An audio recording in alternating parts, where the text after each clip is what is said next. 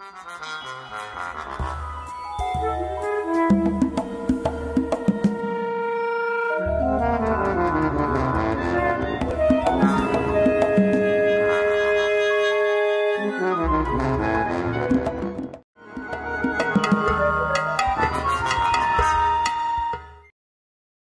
want you to go and to talk about your work. Okay.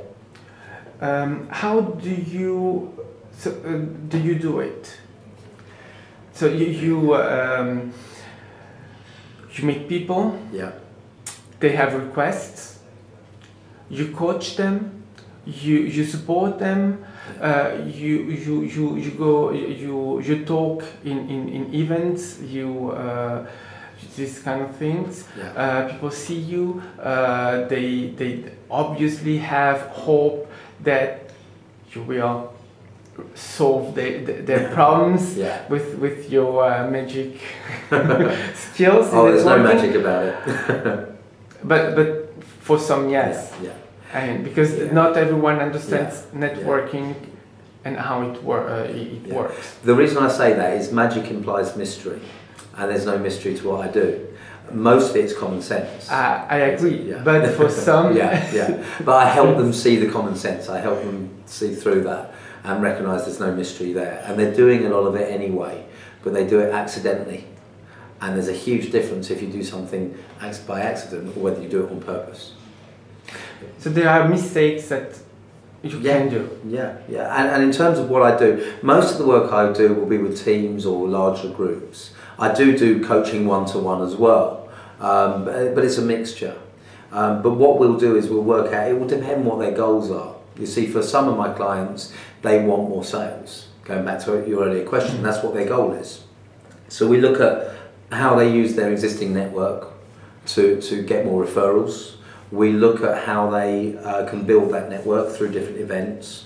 And a lot of that will be done in workshops or at conferences. And you know, my new book is all on that subject as well. So there's the written word and various other approaches. So I try and make it as accessible for people as possible. So you mean your third book? My next book, which comes out later this year, is very much on that strategy.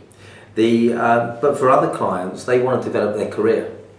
So they're not sales focused, but they know they need a network in order to build a career.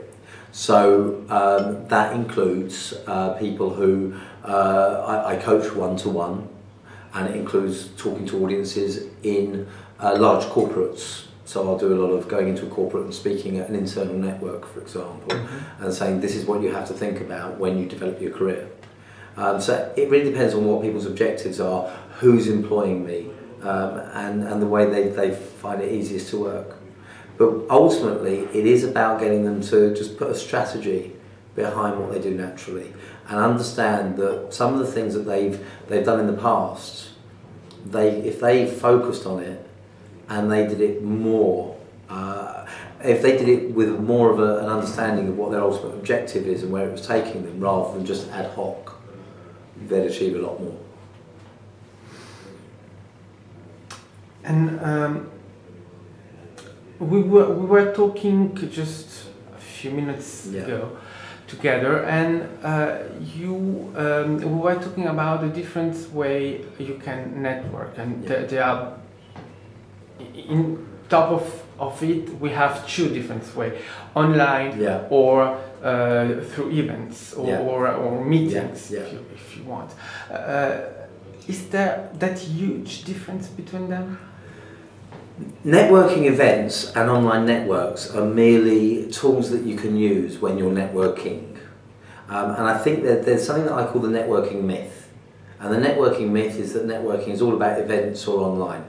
And you go to an event or you join an online network and you get the outcome you're looking for. That's not what happens most of the time. There are exceptions that prove the rule. I've had clients and people I've met at networking events, but that's not common. You have a network of people who surround you. Your family, your friends, former work colleagues, existing colleagues, clients, suppliers, people you play golf with or go to the theatre with, or in my case go to football with, whatever it may be. You have this network of people. Events allow you to build and manage that network. Online networks allow you to build and manage that network, so you can meet more people, you can keep in touch with people, you can see them in a more efficient way. You know, because so if you have a big network, to try and see everyone one-to-one on a regular basis would be very difficult. You know, I have a monthly networking group I go to. So, you know, when I go to that, I'm seeing a whole group of people and keeping in their mind and building the relationship on a regular basis.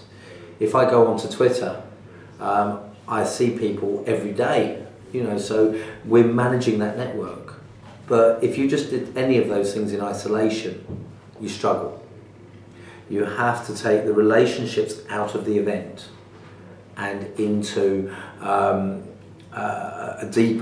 onto a deeper level by getting to meet people and see them.